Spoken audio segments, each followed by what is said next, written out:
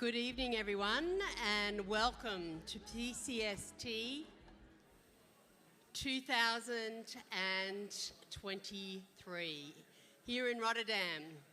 The first time that we have met face-to-face in 5 years. I'd like to welcome you all to this 17th conference of the PCST network. It is with great pleasure that we meet together again in Rotterdam in the Netherlands.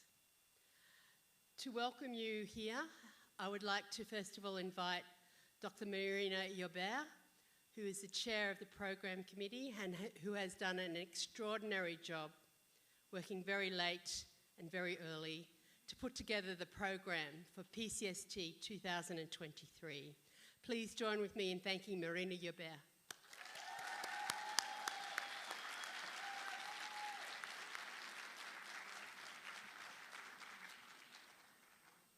So, not too long ago, we had another event in Europe, and we had dinner in Milan, and Professor Bernard Schiele was there, coming fresh from organizing the Science and You conference in Metz. And I asked him, what advice do you have for me going into organizing such a big international meeting? And I will never forget what he said. He basically just said, things will go wrong, just accept it and go with the flow, it will be fine. And so, actually, it's been quite a roller coaster ride the last few months, filled with highs and lows. On the way here tonight, I lost my speaking notes, so that went wrong already. But I wasn't going to make a long speech in any case. I just wanted to say that it's been really a privilege to put this program together. It felt to me at times as if I was building a jigsaw puzzle, and I wasn't quite sure what picture I was aiming for. And I'm incredibly grateful to Jenni that I could call her at strange hours. Time zones between Stellenbosch and Brisbane can be quite a challenge. But I checked whether she was online, and then I called her on WhatsApp, and she always calmed me down and reassured me and gave me confidence that we would, get this right in the end as a team. And it was really teamwork.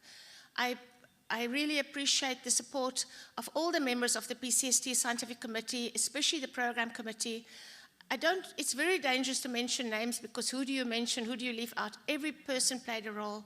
But I just wanted to also, in addition to Jenni, mention Michelle, because with her social media committee, they really played a big role in promoting the conference and also the online conference.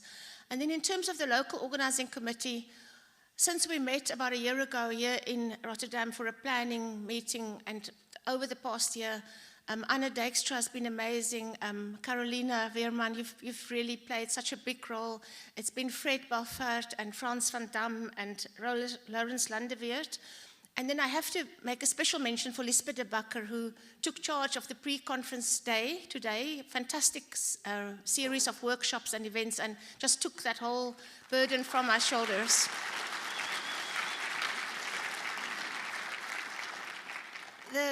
The last three people I want to thank, and then say one more thing and then I'm done, is there were students, a whole group of students who played a big role. I didn't get to know them all, but I did get to meet a little bit with Tessa Zonneveld.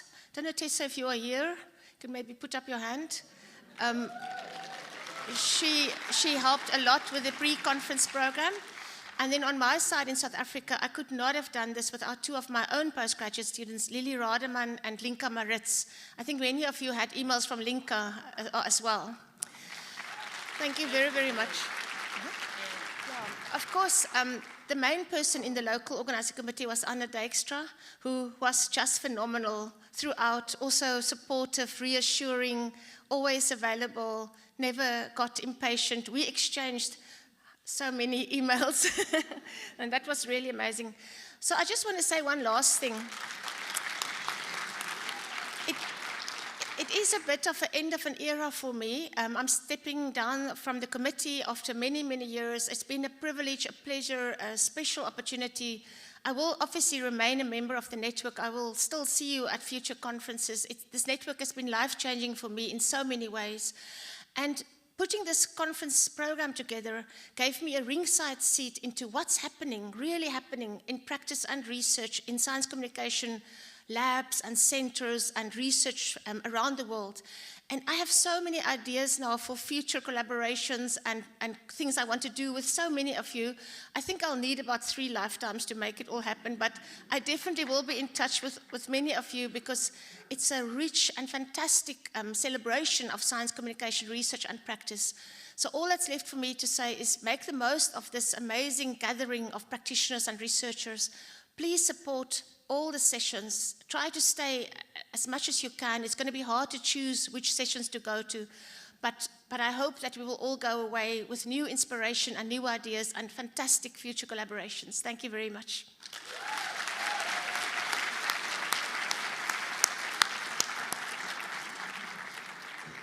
Thank you, Dr. Marina Joubert, Chair of the PCST Program Committee. I would like to also mention that we currently have 798 members of PCST, which is a record. Thank you everyone for being a member. For those that don't know, my name is Jenni Metcalfe and I am President of the PCST Scientific Committee for another 3 days. And then I step down. Please don't forget to vote. If you're a member of PCST, vote for new committee members. You will have received a notice about this. Voting will close on Friday in the morning, and we'll be announcing the successful candidates for the new committee in the afternoon. We'll be also announcing the successful bid for PCST 2027. So I very much encourage you to come to that closing session to find out those sorts of things. Now, a conference like this can never go ahead without an active local organising committee. And Marina has mentioned a number of people, but it's my pleasure to introduce Carolyn Wehrmann, who is the co-chair of the local organising committee. Thank you, Carolina.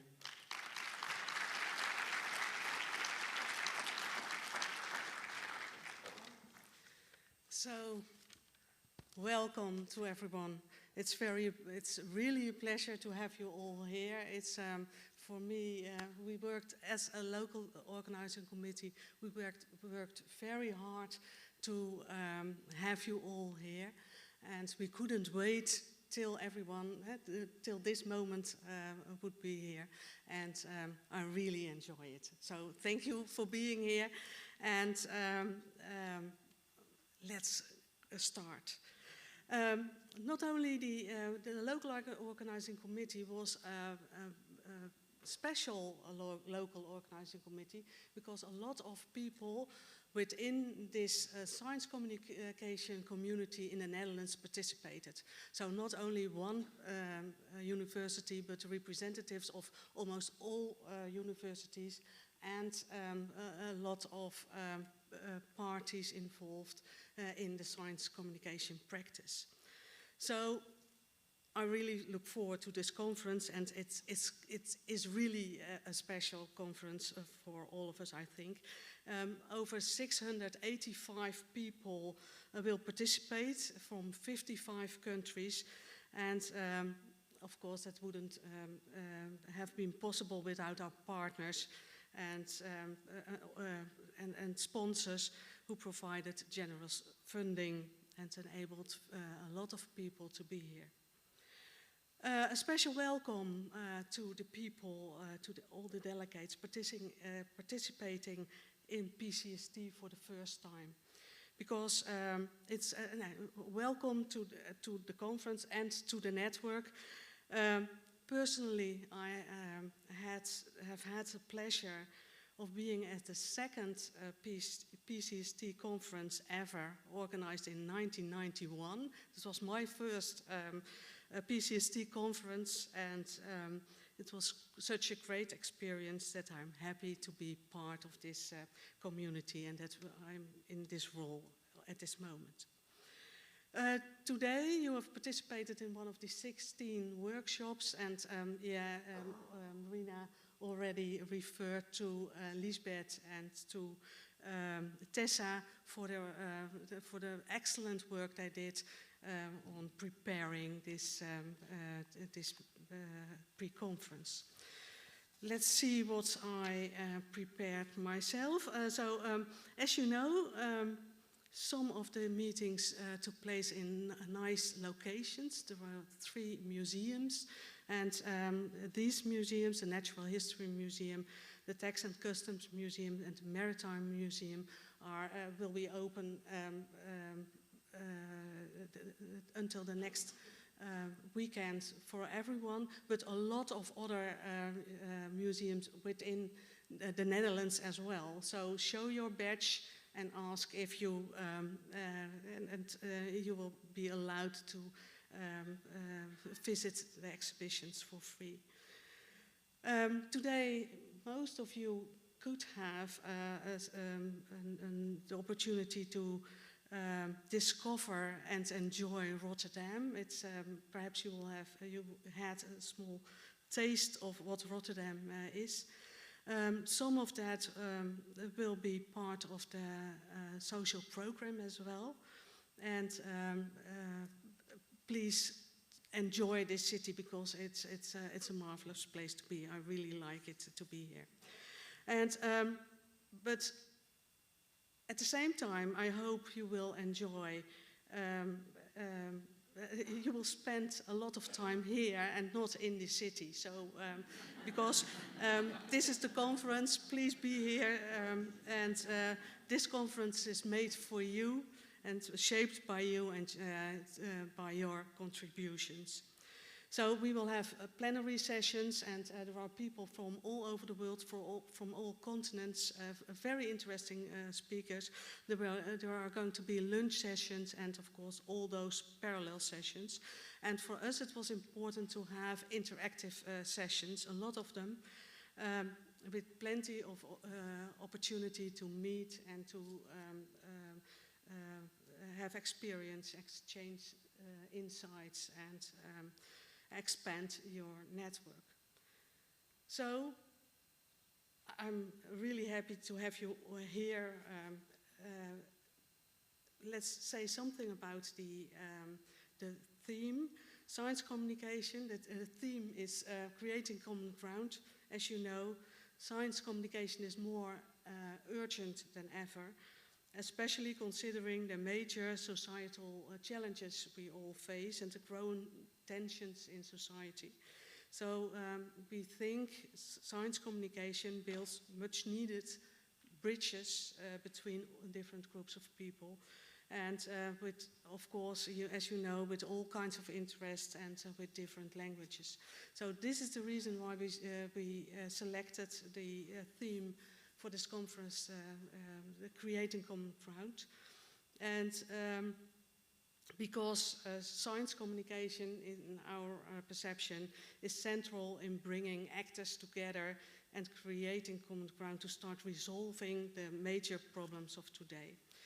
The fundamentals of creating common ground are summed up by the acronym VOICE: values, openness, inclusiveness, collaboration, and expertise. And we think discussion on these fundamentals is essential in order to find these common grounds. So the sub-themes have been incorporated into the programming, and we have even we have specific voice curators during this conference, and there are a lot of them. And they will participate in your sessions, and they will listen to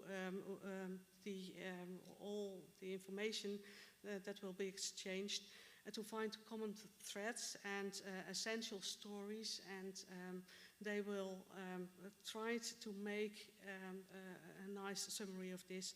And in the final session, Jenni will ask some of the curators to come up with their findings. So. And of course, the local organizing committee will make sure that those insights will live beyond this conference as well. So let's close my presentation. I hope you will enjoy this conference. For practical questions, please look for the students with the PCST logo on their shirts, and they will be happy to help you. And I'm excited to meet and talk with all of you. And just one word, let's start creating common ground. Thank you.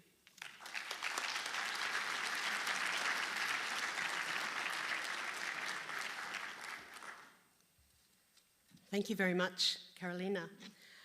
I would like to invite our first plenary speaker, Sonya Pemberton, to the stage.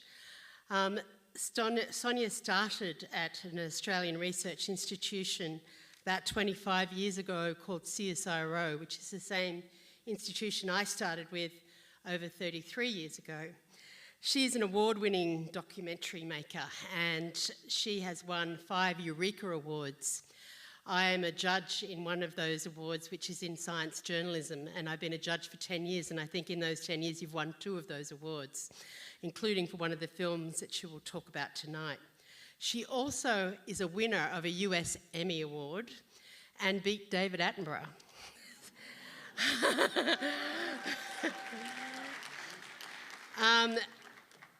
She's an inspirational speaker, and it's with great pleasure that I welcome our first plenary keynote speaker to the stage, Sonya Pemberton from Australia.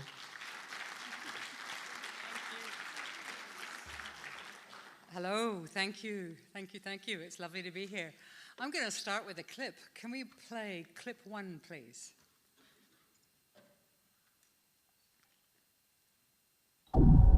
At a time of creation, before there's an earth, a star explodes. 16 women working in this building developed breast cancer. The possibility of this being chance is literally 1 in a million. It's hot here. It's really hot. Overloaded. Uranium has ensured the people of Pripyat will never return.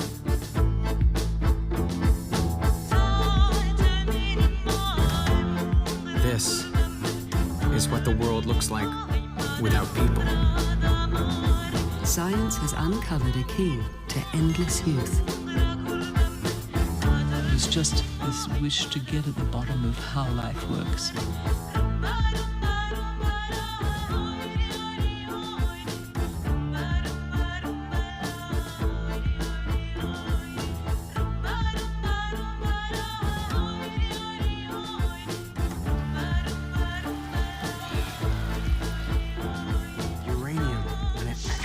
Radiation and energy transforms into thorium. It actually turns into a completely different element. To an extraordinary new insight that autism begins in the womb. Osman Chandab is 7 weeks old. He was due to be vaccinated against whooping cough in the next week, but the germ has got to him first. 20% of all human cancer cells, like these, are triggered by infection. They have the power to unravel lives.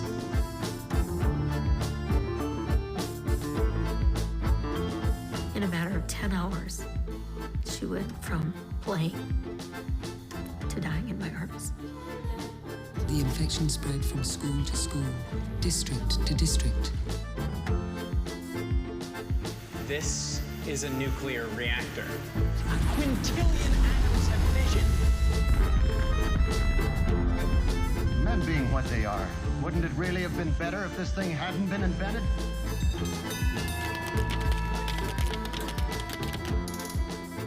If you want to know what really is happening in cancer, you cannot avoid complexity.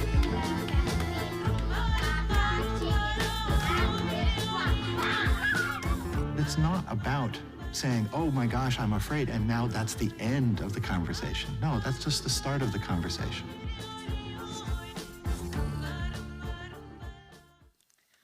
Hello. That's just a little taste of our work. Thank you. Thank you for the invitation to speak tonight at the start of our week of conversation. It really is an honor to be here. I haven't been here before, so thank you. And also, I really like Rotterdam. I think it's amazing, amazing place. I've been thinking about what I could offer you tonight, what could prove useful or a spark of inspiration, or help illuminate the curious intersection of science communication and television documentary, the place where I inhabit. Now, I imagine that we are all here today because we all understand that communicating science and technology really matters. I believe science stories are the epics of our time, the huge stories about life and death, about origins and future, what we build and what we destroy, what we can fix and what we must reimagine. Today, I believe more than ever, we expect science to solve all our problems, and yet at the same time, we blame it for so many woes. So the work that we all do and how we do it impacts how the public can actually understand our world and ourselves. As science communicators, we can help shape the conversations, the attitudes, and perhaps even help shape bits of our future. Our world seems increasingly polarised, with the internet and social media acting as powerful forces in shaping and reinforcing beliefs. We have access, of course, to so much information, and yet, simultaneously, some areas of science are facing walls of doubt, disbelief, and distrust. So tonight, I'd like to offer some insights into the challenges I've faced trying to communicate complex and often really divisive science. My target is always global television audiences, so it's a big audience to try and hit. Now, this is a very personal perspective. I'm not an academic, I'm not a researcher, so you're going to be hearing my stories and my version of things. I don't claim to have all the answers, but through trial and error, I've evolved a set of guiding principles and things I've learned often the hard way, and perhaps they may be useful to some of you here. I'll share a few stories and show a few clips from our films. And finally, at the end, I'd like to share 5 of my top tips for communicating science. So, back when I started out as a science filmmaker in my early 20s, I had 2 experiences that shaped me profoundly. The first was in the early 1990s when BSE, or bovine spongiform encephalopathy, I can still say it, mad cow disease, was appearing in animals in the UK. My cameraman and my husband, we were both traveling and we were interviewing the world expert at the time for a film we were making. That expert reassured us on camera that BSE would never, ever transmit to humans. Today we know it did, and in the UK at least, 177 people died, and a global public health crisis erupted. Now, that scientist was not lying or covering up. It was simply what we thought at the time. We were wrong. The scientists were wrong. The second key experience occurred when I was creating some science stories for the BBC. I interviewed a leading Australian scientist about egg vitrification, the freezing of women's eggs so they could be used later. In the interview, the scientist told me that we had had several successful pregnancies in Australia and that the process they used was a great success. My celebratory piece went to air, broadcast far and wide across the world. A year or so later, I saw that scientists in Spain announced the world's first live birth from egg vitrification. I was confused. I rang my scientist and said, "Is this true?" He said, yes, isn't it great news? I said, but didn't we have several live births? He said, no, we had several successful pregnancies. I had assumed that meant live births, excuse me. I said, why didn't you tell me? And here's the clincher. He said, you didn't ask. He wasn't lying.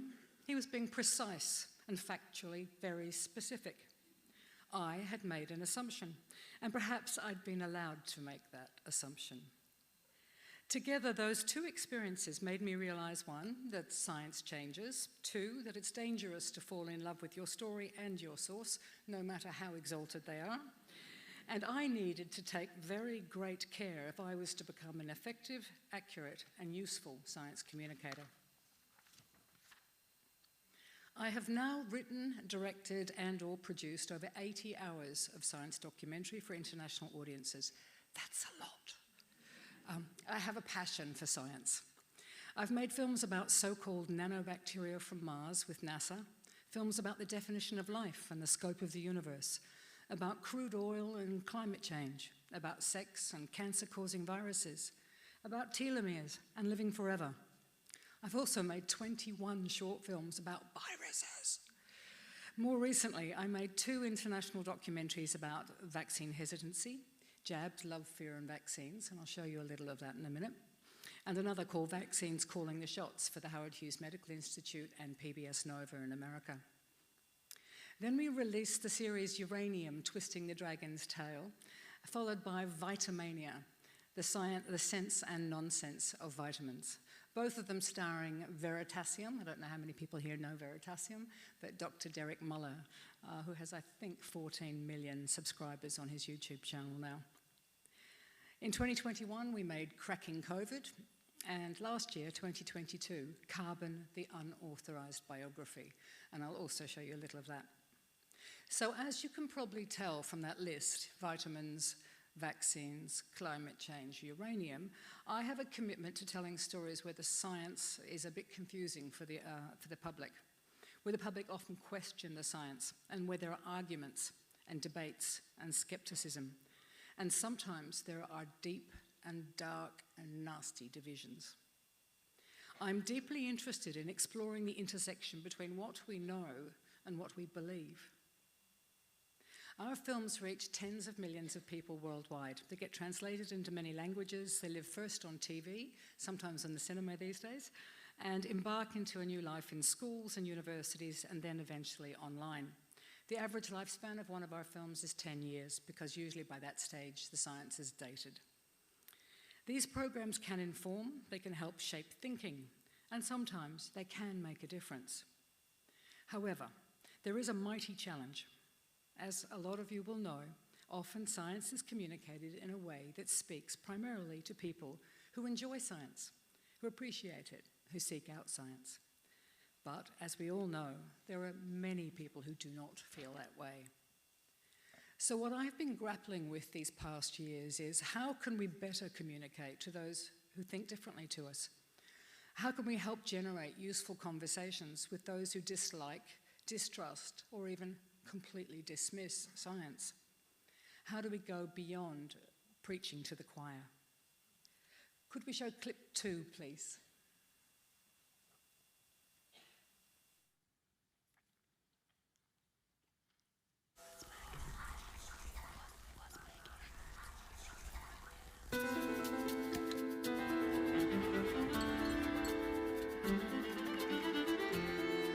Our lives are linked as never before. Connected every day in 1,000 unseen ways. We are a tapestry of humanity, where each individual thread plays a part.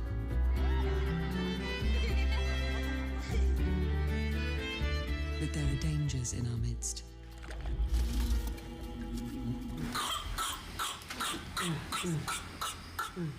Diseases largely unseen for a generation are returning. Measles is something you associate with kiddies, preschool. You don't associate it with teenagers and 20-year-olds. Across the world, children are getting sick and dying as nervous parents skip their children's shots. In a matter of 10 hours, she went from playing to dying in my arms. It was that quick. If you start to decrease vaccine immunization rates, what you start to see is the diseases reemerge.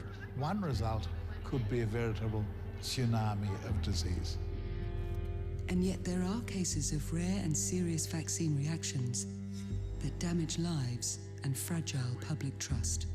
They basically said, "We're sorry, but your son has some kind of paralysis, and we just simply don't know why." It's like living with a ticking time bomb. 1 minute he can be laughing, next minute he's having a collapse seizure on the floor.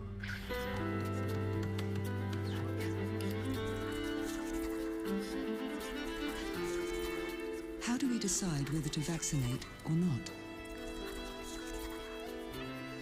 And what are the real risks? I think the key is communication and honesty, and I think the medical community has to put the cards on the table. It's not about saying, oh my gosh, I'm afraid, and now that's the end of the conversation. No, that's just the start of the conversation.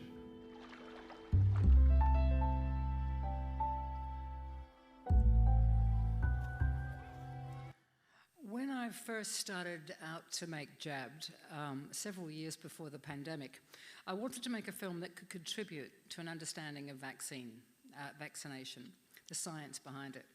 I hoped to not just speak to those who are in favour of vaccines like I am, but also to those that were sceptical, hesitant, or distrustful of the vaccines. Now, there are many films out there that are pro-vaccine, and there are many that are anti-vaccine. And it quickly became clear that people generally watched the film that suited their worldview. I wanted to see if we could contribute something slightly different, something useful, something that might cross the vaccination spectrum. I'd been following the work of a remarkable researcher, Professor Dan Kahan, at Yale University. Some people may have heard of the Cultural Cognition Project. It's a very interesting group. He was investigating how we communicate science, and he was keen to evaluate what actually works. In a nutshell, he helped me think about how to create conversations that can separate the who we are from what we know, to try not to activate the team mentality, to try to avoid us versus them, and in this way, to try and generate conversation. So guided by the experts in this area and also experts in risk and decision making, I tried to make this film a different way. The tone of this opening sequence was very carefully developed. It was the result of over a year of talking to various experts and doing a lot of our own surveys and testing. We tested various versions on people. We tested on vaccine supporters and those who refused vaccines. Now, along the way, I discovered something really interesting. 2 of my team, who I've been working with for years, didn't vaccinate their kids.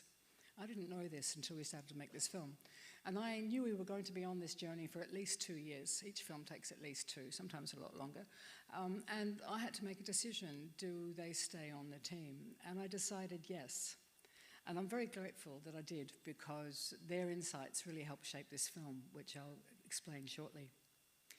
The opening here deliberately mixes 2 points of view. There are 3 stories of what happens when you don't have vaccines, and there are 2.5, or really 3 stories of what happens when vaccines go wrong. Now, that was a difficult and potentially dangerous way to approach this. But we did this deliberately to show kids that could have been, we know these are verifiable vaccine injuries, and I was showing them in a way so that no matter what your position on the vaccine spectrum, that you could come to this film going, oh, there's something in it for me. And I have to be very careful here. Those cases were absolutely thoroughly researched, and the film unpacks them very, very carefully. The us and them in that opening is mixed. So no matter where you come from, you can come to this film with, oh, maybe this is for me. Now, several key guiding principles help shape this. The first was to acknowledge uncertainty. Often in the media, we like to present things as a truth, as settled. I will never use the truth about anything in one of my titles. I refuse. Every broadcaster wants you to make the truth about vaccines. I refuse. Because what's the truth? Whose truth? So acknowledging uncertainty was key to having vaccine-hesitant people even engage with this film. The fact that things are messy and not perfect. This creates a space for conversation. And acknowledging uncertainty can build trust. For example, we began with the idea that it's okay to be afraid of vaccines. Now, that was radical at the time. Radical, especially in the US. You weren't allowed to say it's okay to be afraid of vaccines. But fear for this film is the starting point, not the end point. The question is what you do with that fear. The second guiding principle was related to bias and belief. I had to confront my own. I'm pro-science, pro-vaccines. I come from a medical family. I was educated to seek out empirical evidence and to always justify my position. When I met those who were vaccine hesitant, I used to argue, what do you mean you don't believe in vaccines? It's not faith, it's science. And my husband would kick me under the dinner table and tell me to shut up. You see, I think the evidence is clear. I think the scientific information should speak for itself. But the reality was it didn't. People weren't listening, or if they were, they didn't believe what they heard. I found that if I ridiculed people or simply kept throwing data at them, they dug in and eventually shut down. The conversation about vaccination couldn't even begin. Sometimes we can think people who don't hold opinions that match ours are stupid, or their beliefs are the result of faulty reasoning. However, there's some good evidence suggesting that this is wrong, and that in fact the people who hold the most polarised views are often the most informed. For example, we did the first national survey of attitudes to vaccination in Australia. I have worked with 2 universities. We spent $100,000 and we did this massive survey. We did it before making the film. And we found that people who were vaccine hesitant often had 1 degree and sometimes had 2. They were not stupid people. They often read widely and interpreted the information, as we all do, through the lens of their own identity. To speak to those from the other side, I had been looking for common ground, the usual way forward in a film. And yes, I found it, of course, in a shared desire to protect the ones we love. But I learned something important, and that was acknowledging difference matters too. I am different to you, you are different to me. You know it, I know it. Speaking as if we are all from one shared cultural group is just nonsense. Each of us carries around with us a collection of beliefs, identities, experiences, and these all shape how we hear messages. I needed to tailor my messaging when I'm communicating. I need to hear where my audience are coming from, what their questions and concerns are, and I need to let them hear that I acknowledge their world, even when I disagree utterly, and I must remain respectful. For example, we did something in Joubert that many of the leading scientists in the film really objected to. We included a homeopath in the film, and not just any homeopath, Queen Elizabeth's homeopath. Who knew? He's the guy that says the medical community have to come clean. Now, he's able to speak to many vaccine-hesitant people. They listen to him.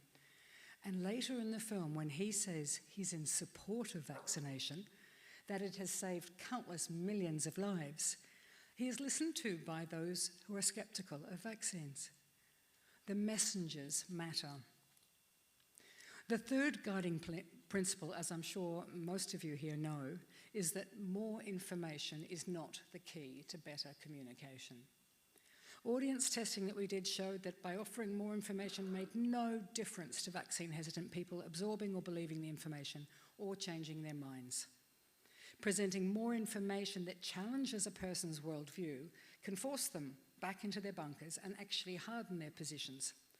So if your data or your story challenges a person's identity, then that story will be ignored.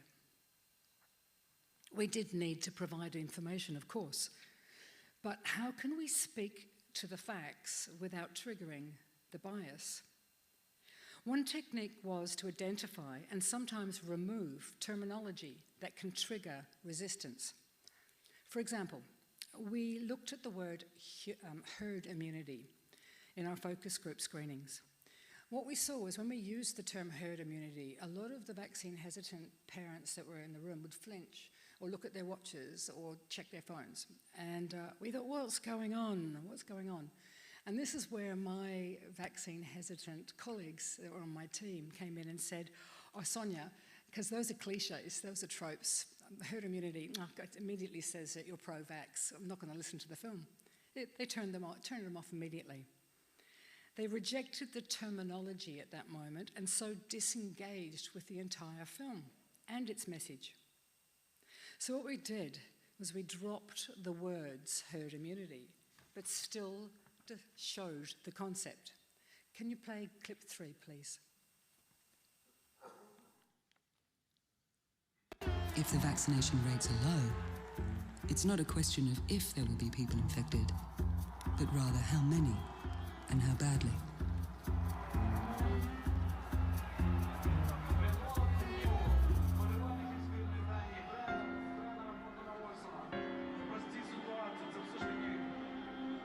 The more people around me who are protected, the less likely I am to bump into somebody who actually has the disease. And you can think of this as these sort of concentric circles of people. And the less the disease exists in my circle or the next circle or the next circle, the safer I am. Now, I can't control what other people do, but what I do doesn't just affect me. The same set of circles exists for everybody. So the only way to be truly certain that we will not get sick is to have all of the circles, from my family to my community to my country to the world, such that there is no disease. We've done it once with smallpox.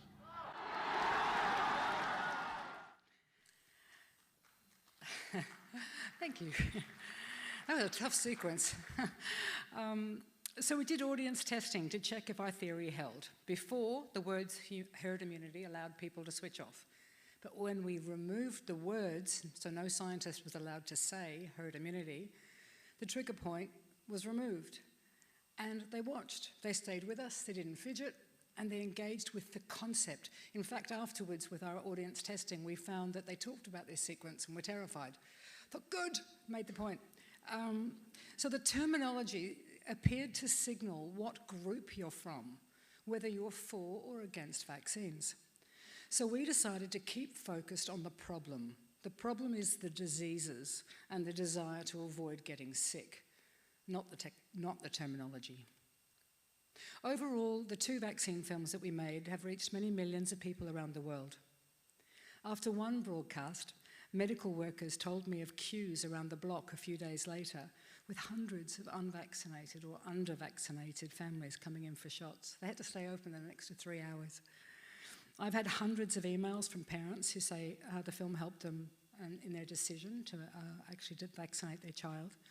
I've had complete strangers stop me and tell me how they watched the film over and over and over and eventually made their decision. On our team, one person changed his mind, vaccinating both his kids, and the other decided to remind his now adult children that they were unvaccinated, and they needed to know because they were traveling the world, and they needed to be careful. So the film and the process of making the film had allowed people who were worried about vaccines to engage in conversations, and it was not about us versus them, but it was about the core problem, the diseases and how best to protect ourselves and the ones we love. We now apply these basic principles and understanding of audiences and triggers to all of our films. We did it in the Uranium series, in the Vitamins documentary, and most recently we've done it in our latest film, Carbon. So if we could play clip 4, please.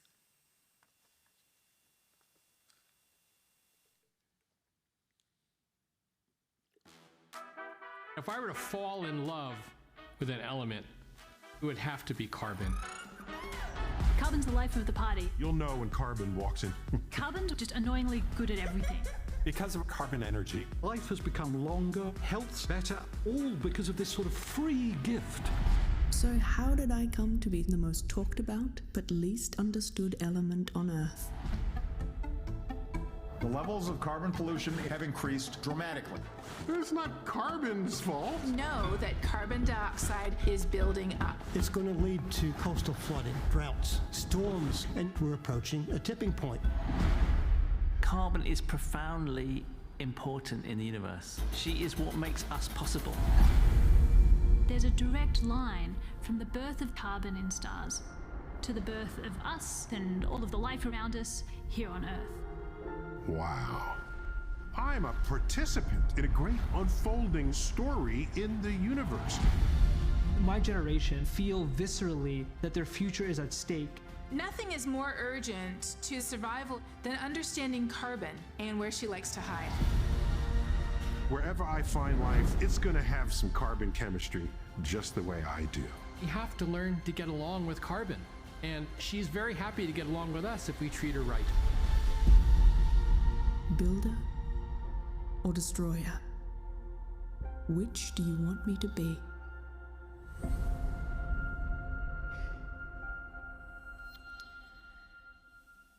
Carbon, excuse me, was the first feature documentary of a young Aussie writer-director, Daniela Ortega. She brought me the idea based on Primo Levi's wonderful, in the book of Periodic Table, the last chapter on carbon. And later she partnered up with a Canadian director, Niobe Thompson from Canada. So I was the producer and the executive producer on that one, rather than the director as on the other ones. So Daniela and I set out to tell a story about climate change, but to do it in a way that felt fresh, that would engage audiences that were skeptical about climate change. We spent 4 years thinking and talking to experts in climate change communication and testing various ideas. We decided not to frame this production as a climate change film. Instead, this was to be a film about an element, about its role in shaping the natural and man-made world. There's a clear focus on the science and also on the history and the evolving story of carbon and humanity. Overall, this film was designed to excite wonder and curiosity about how things work. By taking this approach, our aim is to reduce the fear, anxiety, and guilt that's often associated with climate change films and campaigns. And the audience, regardless of their position on climate change, can travel in an extraordinary journey, carbon's journey, and come to better understand our role in how we harnessed carbon. They discover for themselves how our relationship to carbon changes everything, including climate. We worked with teams of expert advisors, some of whom study climate change denialism. We wanted to understand and avoid the potential political and ideological climate change trigger points. For example, we work closely with Dr. Rebecca Huntley in Australia. She's written a book called How to Talk About Climate Change in a Way That Makes a Difference. And it's a really good read. It's an asset. And she helped us understand the trigger points that can turn climate skeptics off. For example, polar bears on ice, and in Australia, bushfires. These images have been tested, and it appears they are some of the tropes, the visual cliches that signal which side you are on. And for that reason, there are no images of polar bears on melting sea ice in carbon. We discovered that rather than two camps, those that think climate change is real and those that don't, there's a spectrum of views, from people who are alarmed and engaged with the issue, to those that are concerned but disengaged, to a passive skeptic, through to an active denier. As always, it's complicated. Understanding the different emotional reactions to climate change, why it makes some people feel anxious, fearful, or angry, or just detached, was critical to helping us find a way to design and create this film. Now, of course, the most startling element in this film is the fact that carbon speaks. This was a deliberate creative edge that allowed us to tell a very different and a very surprising climate story. Clip 5, please.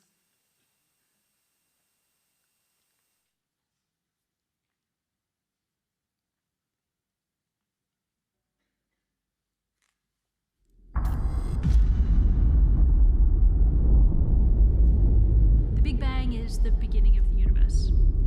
Everything that we can see around us was once compressed into a really, really small volume, and that expanded over time and eventually formed the universe that we know now. And in the middle of that, there were nuclear reactions happening. Some elements started to form. We originally had hydrogen, and then that became helium as hydrogen atoms bashed together and fused to form helium. But not much carbon was born in that time. I am younger than the universe, born in the heart of a star. Most of the carbon that makes up us and the Earth and all of the life around us comes from the inside of stars. Stars live by fusing elements in their core. So in mature stars, the core is really dense and gets really, really hot, like 100 million degrees. That's where carbon starts forming. To make carbon, it's actually really complicated.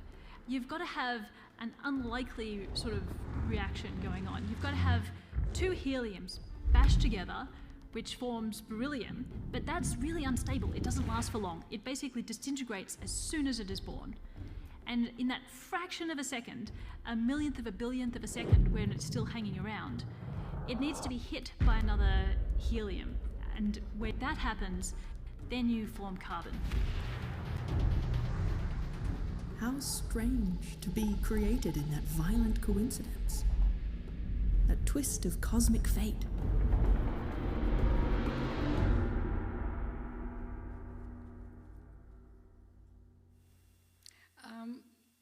One of the great insights I learnt from the research of Professor Dan Kahan was how science curiosity was really important and how it works to engage people. Basically, no matter what your position on a scientific issue, if you can be surprised and have your curiosity whetted, you're more likely to engage with the information. Now, having carbon speak in the first person and as a female is obviously rather surprising, and it's a risky bit of science communication. We did a similar thing in Uranium with dragons. I like doing this stuff, it's fun. The audience testing revealed that this attracted younger viewers, especially younger females. In the cinemas, we found that they were moved and inspired, and they often crying a lot, which is interesting, after the cinema screenings. And long discussions went on afterwards about how rare it is to have a female voice in science communication. Producers, female directors, female writers, female, half the team's female. But we found it could also turn off and alienate some other viewers, mostly older people and mostly male, who really dislike anthropomorphizing carbon, or any element, let alone making her female. Out of 42 reviews we only got 2 bad ones, and both of them just went, how come carbon's female? Shouldn't carbon be male? Anyway, I'm going, no. It was a creative decision that we made that we felt was worth making. It was brave, it was original, it was designed to arouse curiosity, and it helped us reach a different audience. People that are just interested in how things work. They're the people that wouldn't come to a climate change film, but they'll come to a film about how stuff works. In another surprising move, we actually don't mention climate change until 1 hour into a 90-minute film. And only then do we declare our hand and reveal our message. And we chose to do it in a very specific way, by letting a scientist get very upset. Clip 6, please.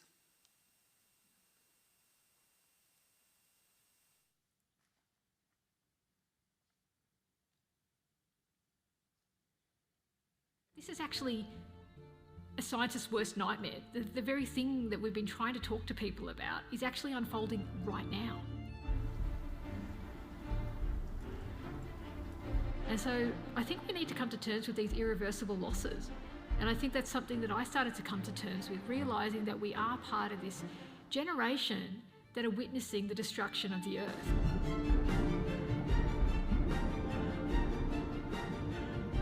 I can take everything that you love, every place that makes your spirit soar.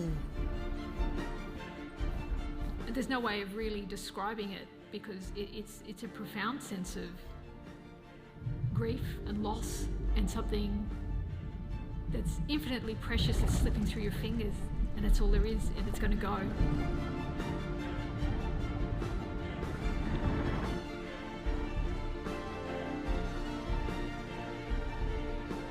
And I think it's one of those things that when you feel that if you call for help, that someone will respond.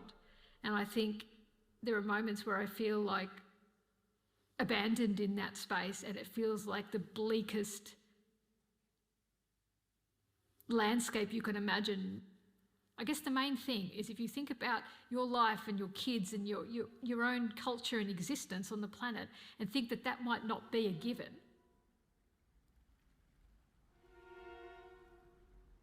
For instance, in a country like Australia, that we've now lost 50% of the Great Barrier Reef. in just a handful of years, 50%. And it means that there are people that have kids right now that will never see that.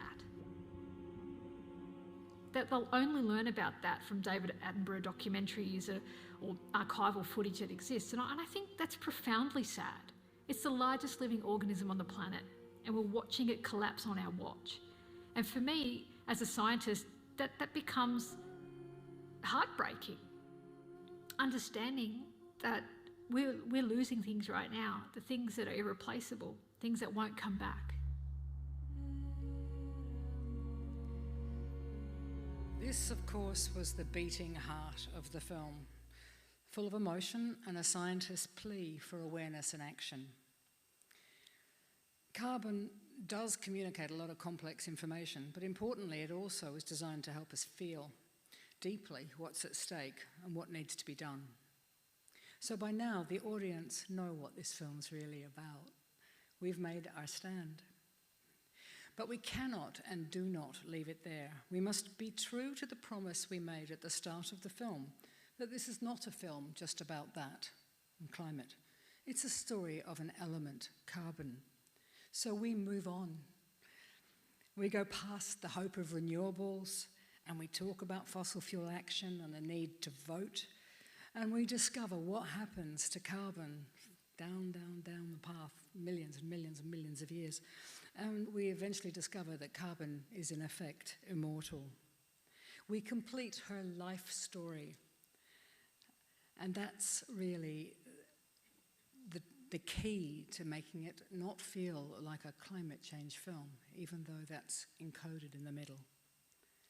Carbon is extraordinary, and we wanted people to feel it.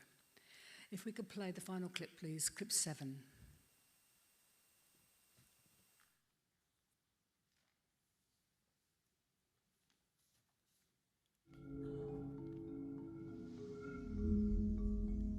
Maybe when you go out and look up at the night sky and just imagine planets with life on it, given all that carbon has going for it, that life is probably carbon-based.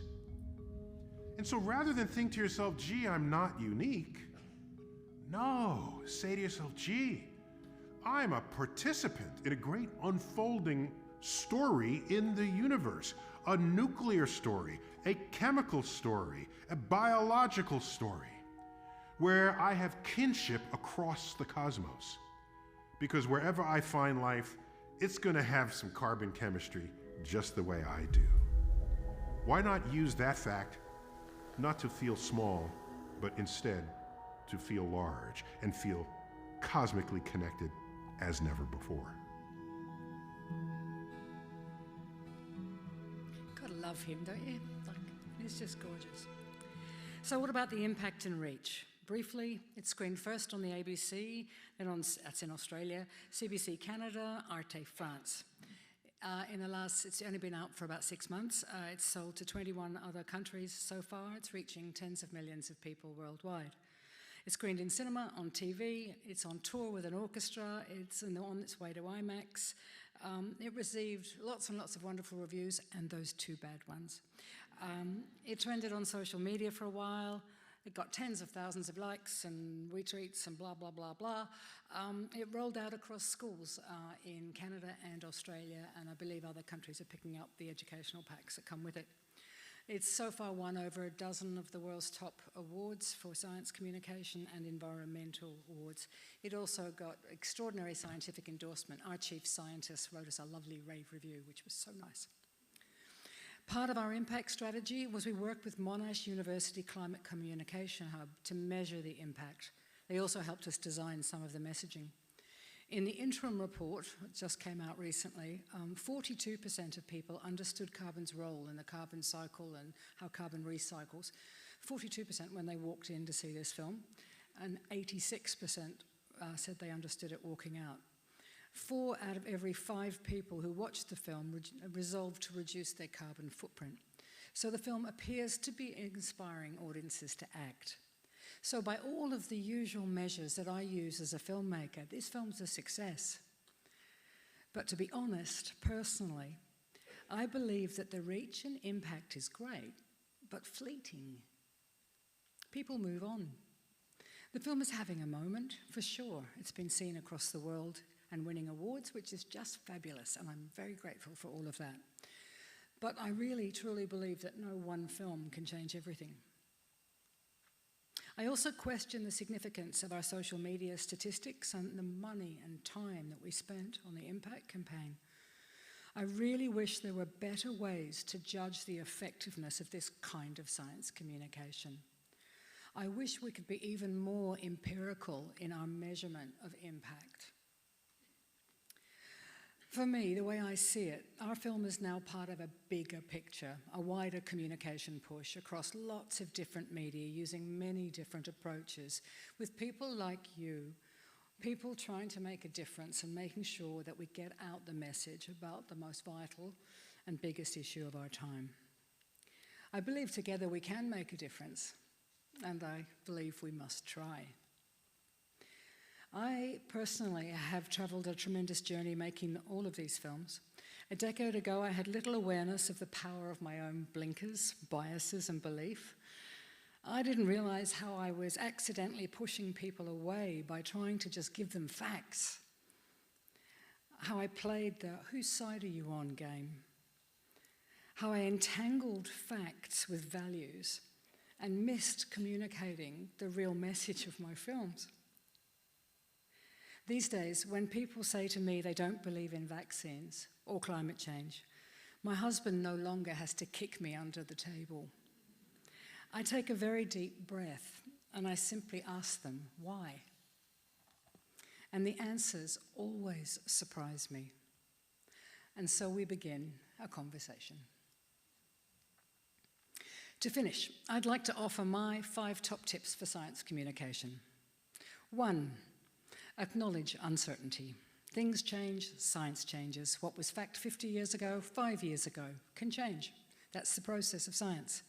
BSE does transmit to humans. It's better to acknowledge that we don't have all the answers, because acknowledging uncertainty builds trust. 2, it's not about us and them. Avoid signalling which side you are on, or ridiculing the other side. I never use the word anti-vaxxer, ever. Tell your story accurately and with passion, but try to avoid the triggers that spark conflict or shut down conversation. 3, check for bias, especially your own. It's too easy to be seduced by what we want to hear, who we want to trust. Focus on the problem, not the side, not the team, not the debate. 4, incite curiosity.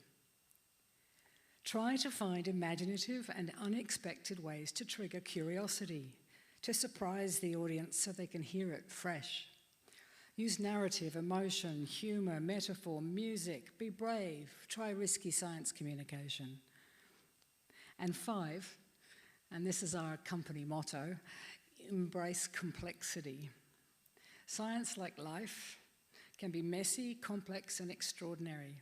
We cannot fight it. Instead, we have to dive right in and try to make sense of it. We don't need more hype, or confusion, or fear, or spin. We need clarity and care. We need sources, stories, and science that we can trust. And most of all, we need to keep trying to have conversations across the divide. Thank you.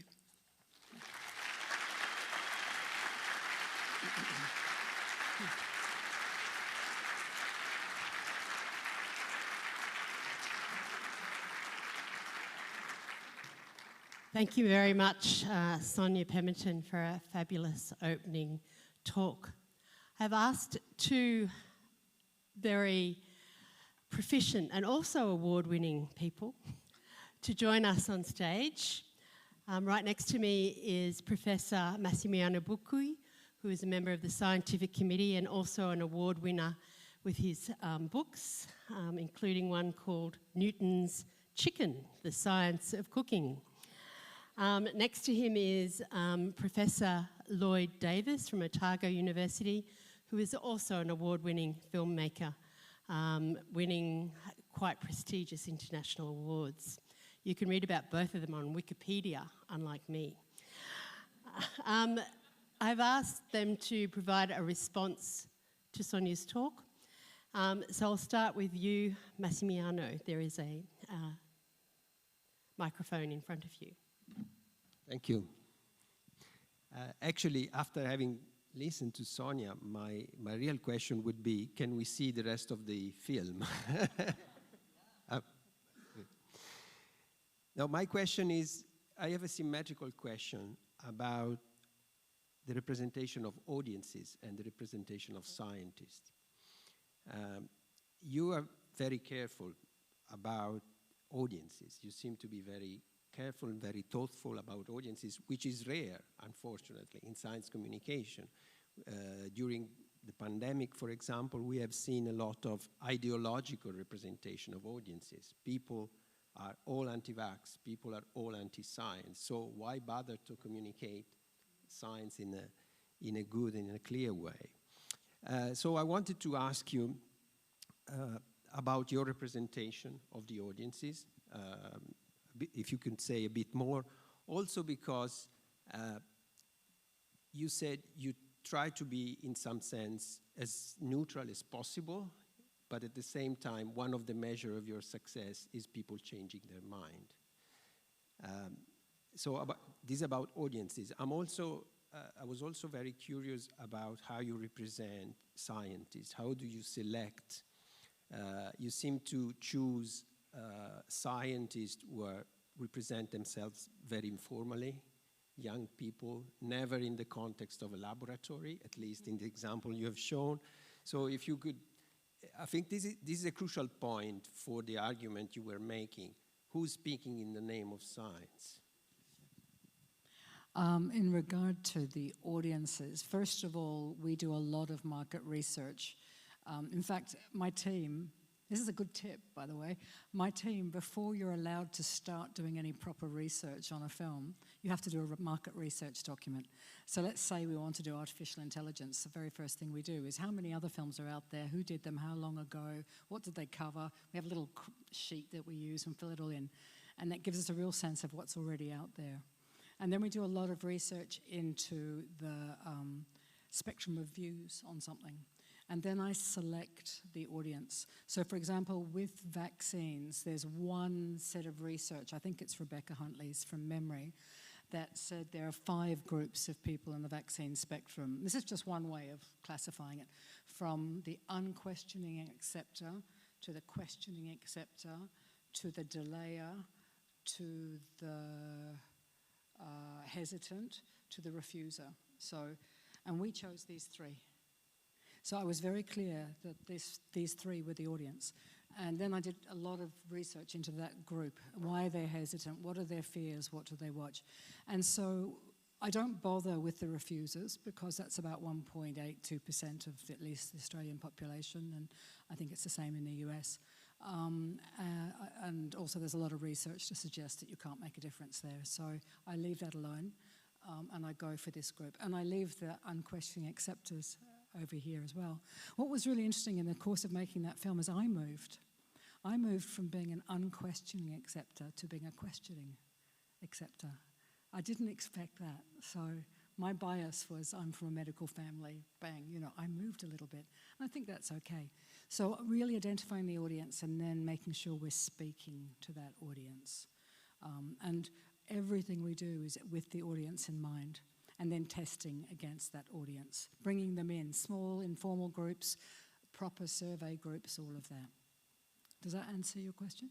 What about the question about the scientists not being in the lab? We choose our scientists on, number one, are they the right person to talk about the subject? But then we cast, you know, like any. I come from a drama background, feature film background, and casting matters, you know. So we look for people who are just fabulous communicators in their own way. They don't have to be perfect communicators. Joelle Gerges, who you saw, got very emotional. She's not a perfect communicator, but she's real. So her authenticity was her thing that we looked for. She was very difficult to interview. But she was extremely good, and she's on the IPCC, I always say that wrong, committee and she has a lot of insight. So she had all the expertise plus the skill to communicate it. I think I've been, like most people, I've been in the situation where you've met with scientists who are the expert, but they're not very good at communicating. That's a problem. I usually make them advisors on the film.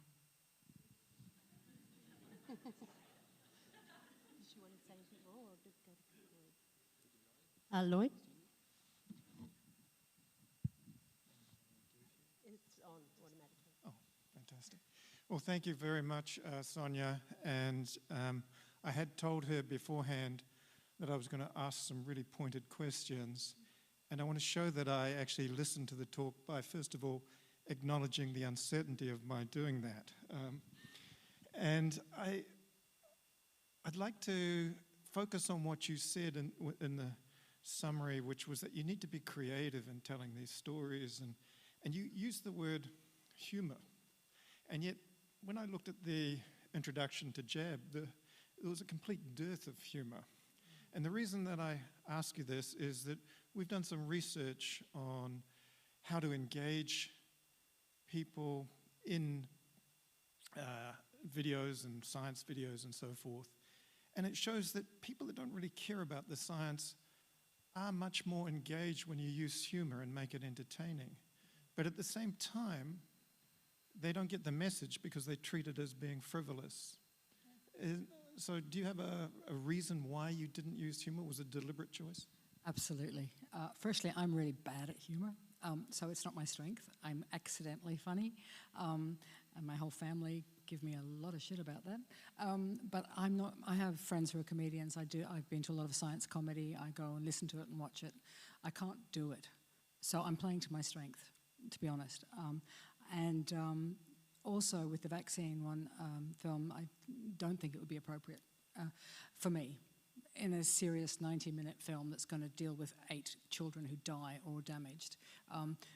It's a really difficult film in some ways, and it's very harrowing to watch the baby with pertussis, and it's really difficult seeing a 20-year-old in isolation for 4 months with measles in England.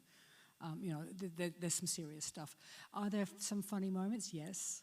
Catching Cancer, weirdly, the film we made before that, that had some funny moments, and that was because I'd just been through an 8-year journey of my mother dying of cancer, and I knew how I could be funny with cancer because I'd been through it, and I felt I had the authority to be able to be careful, and use humor carefully.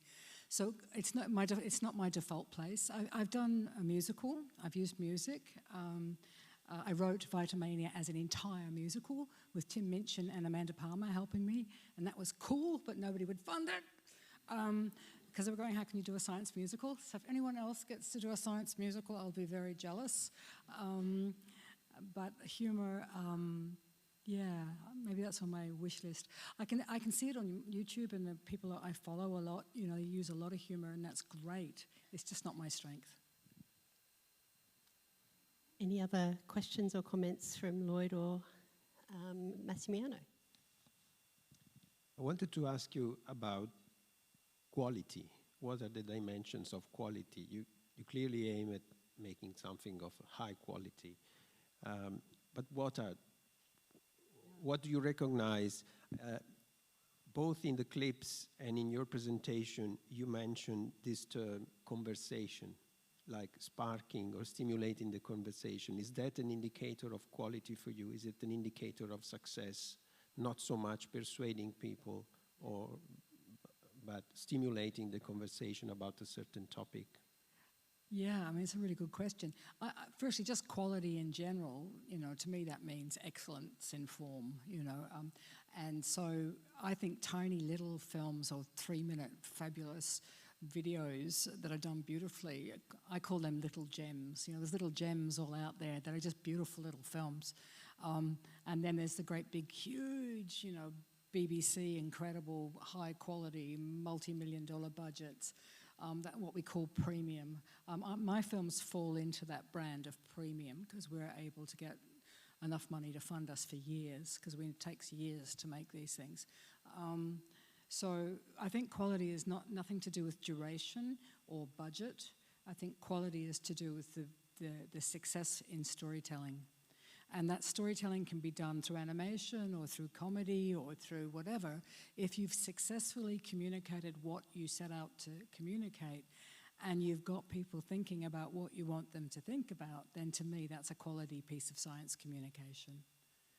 The bells and whistles that I like to throw at it, which is, you know, great animation, orchestral score. I mean, Carbon has 23-piece orchestra performing that, a live orchestra. Like all of our films have original music, sometimes jazz, sometimes classical, all sorts of different. So I mean, we add the elements that I think bring quality to it.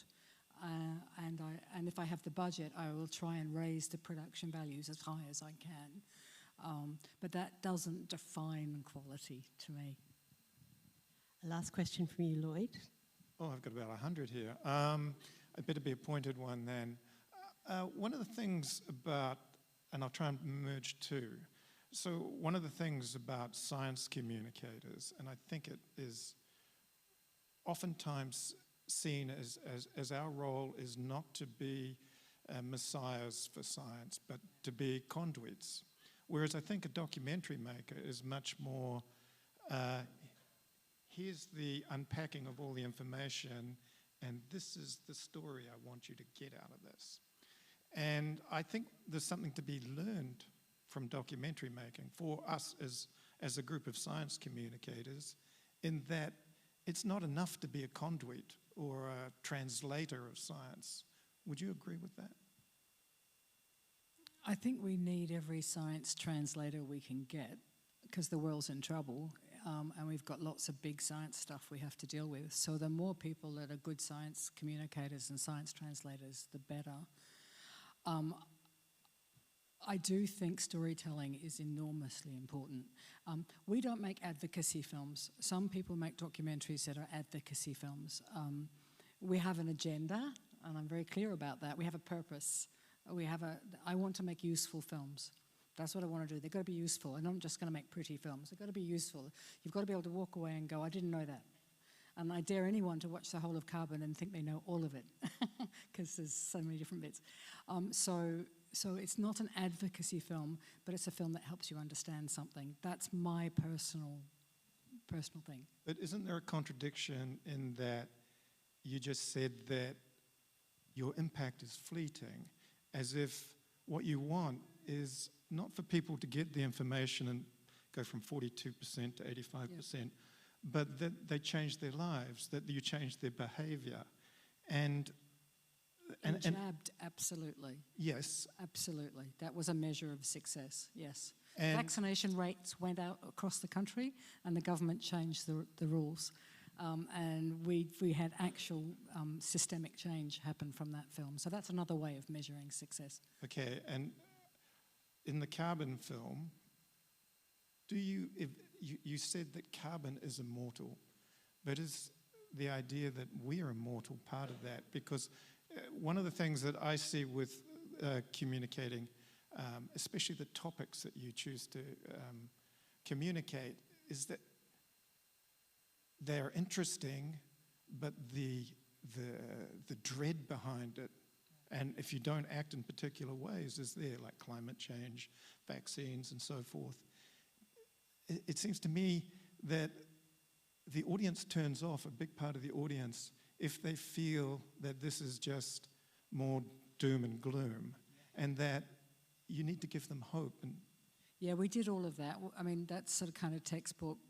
I'm sure there's people who research climate change communication, and we work with Yale, and we work with the Melbourne mob as well.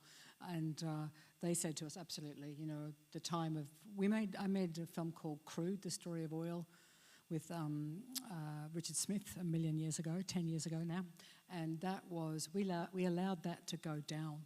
And Tim Flannery said it was the most depressing film he'd ever seen, and he felt like slitting his wrists at the end of it. And we decided that that's what was fitting 10 years ago, just make the world's most depressing film about climate change. And it succeeded and won millions of awards, but it was really depressing. Anyway, everyone said to us that you can't do that now, people need hope and need to go up. So we did that, we took the advice. But what we wanted to do was go kind of beyond that usual up. which is yes, renewables, yes, vote, yes, get out. I believe all this stuff. I am optimistic that we can make a change and make a difference. And the film is fundamentally optimistic. But the point was to go beyond that and make people realize that this story of carbon is so much bigger than us. And there's wonder in that. It's the Carl Sagan kind of wonder, you know. And if you can feel that sense of wonder, and also just understand the bloody carbon cycle, please. You know, like most people just don't understand it. And I had the whole film started with my 8-year-old niece saying, "Auntie, I don't understand why planting trees helps." That's where that film started, because I had to explain the carbon cycle and what trees do. So it's a long way of saying this whole voyage is one of kind of discovery for me as a filmmaker in trying to find the best ways to get people in, to communicate complicated things, get across a whole lot of ideas, don't depress them out of their brain, and allow them to walk away with going, I know a bit more now.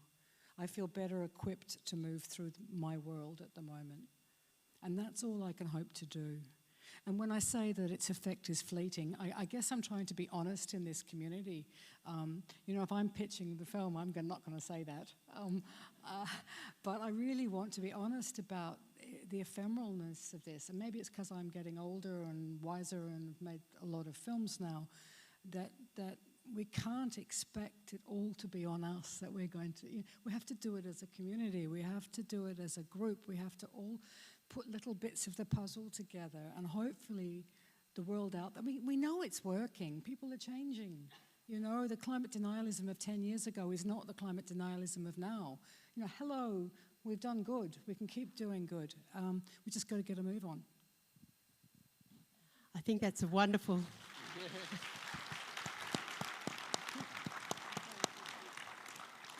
It's a wonderful spot to end our first plenary, which really had that theme of creating common ground across a polarised and quite diverse groups in our society. I would like to thank Sonya, Lloyd and Massimiliano for a fabulous first session. The good news is that Sonya will be around most of the conference, like all of our plenary speakers. So if you've got a question or you want to have a conversation, please feel free to come and chat with Sonya throughout the conference. I think you're leaving on Friday morning, but up until then, she'll be around. And I think you wanted to,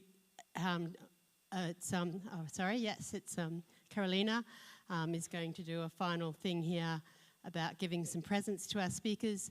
But again, please join your hands together and thank Sonya, Lloyd, Massimiliano.